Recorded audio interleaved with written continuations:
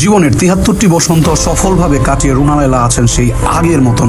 প্রথমবারের মতন Coke studio বাংলায় হাজির হয়ে মাস্ক কালান্দার গানটি যেন নতুন করে প্রাণ দিলেন। এই গান দিয়ে বাংলার জীবন্ত কিংবদন্তি রুনা লায়লা গোটা ভারতবর্ষে দাম দাম গার্ল নামে পরিচিত।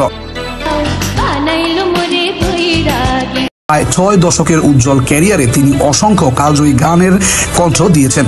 আল্লাহ মেঘ দে পানি দে, বন্ধু ৩ দিন তোর বাড়িতে গেলাম দেখা পাইলাম না, একা একা কেন ভালো লাগে না, সাধের লাউ, স্টেশনের রেলগাড়িটা সহ তেমনি কিছু গান রয়েছে তার কণ্ঠে। বাংলা ও হিন্দি ছাড়াও রুনা লায়লা পাঞ্জাবি, গুজরাটি, পোস্ত, বেলুচি, আরবি, মালয় এবং পার্সিয়ান ও ইংরেজি সহ প্রায় ১৭টি ভাষায় গান গেয়েছেন, যা বিশ্বে সঙ্গীতাঙ্গনে বিরলতম রেকর্ড। বাংলাদেশি কোনো কণ্ঠযোদ্ধা বিশ্বব্যাপী রুনা লায়লার মতন এত খ্যাতি কুড়িয়েছে তা কখনোই হয়নি।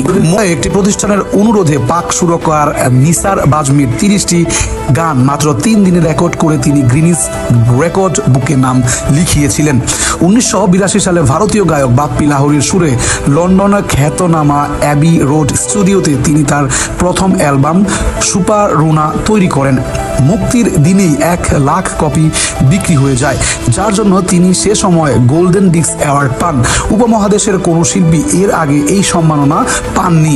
রুনা লায়লার সুরে কণ্ঠ দিয়েছেন আশা ভোসলে, রাহাত ফাতে আলী খান সহ অনেকে। তিনি এ পর্যন্ত ৩০০ অধিক পুরস্কারে ভূষিত হয়েছেন।